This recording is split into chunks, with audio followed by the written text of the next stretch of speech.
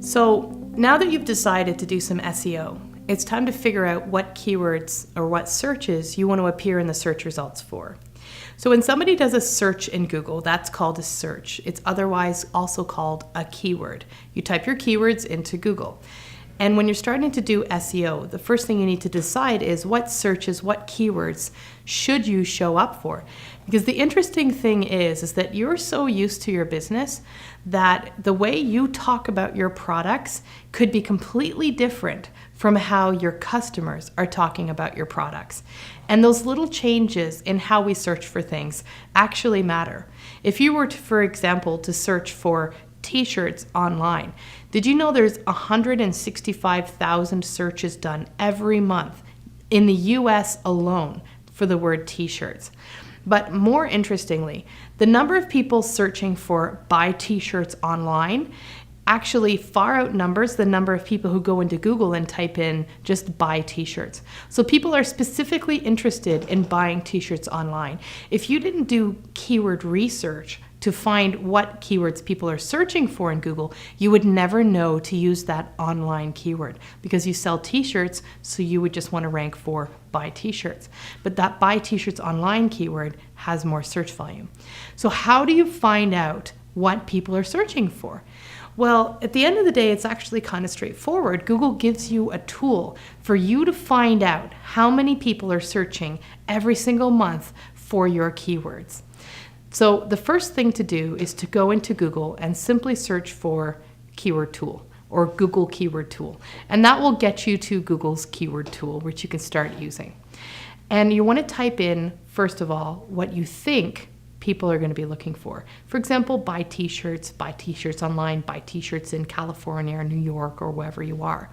And then Google's going to come back and it's going to tell you how many people search per month for those particular keywords, but it's also going to give you all the recommendations on other keywords that people are looking for that are related to what it is that you do.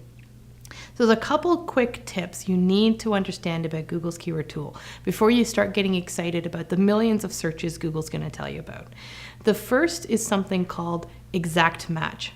There's a little button in the Google keyword tool called exact match.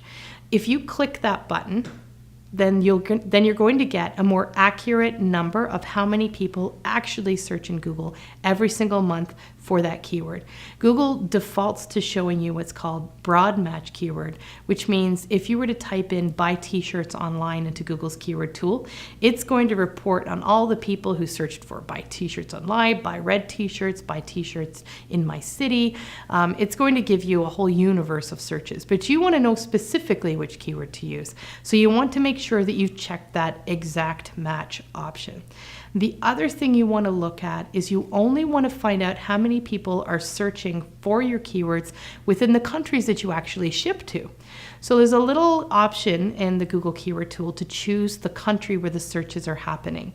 So if you're in the US and you only ship your products to the US, then you want to make sure you're only looking at US search volume. So make sure you set the country as well as setting the keyword tool to show you exact match keywords when you're choosing your keywords.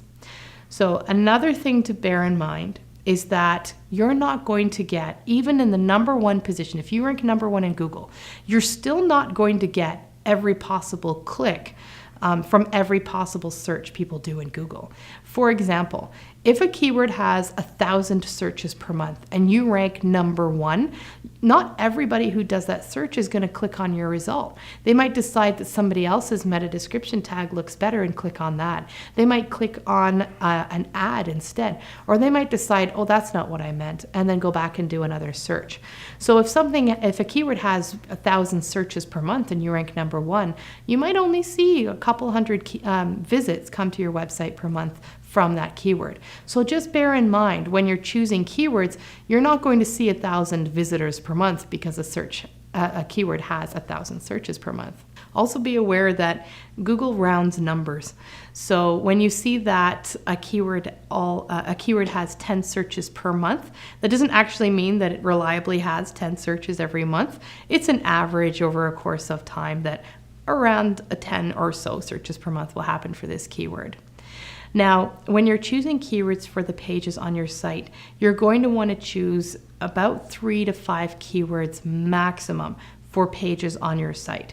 So if you sell t-shirts and you only ship to New York State, then your keywords might be, buy t-shirts online, order t-shirts for New York State, but you don't want to put in 10 to 15 other keywords, or you'll have trouble crafting a high quality title tag.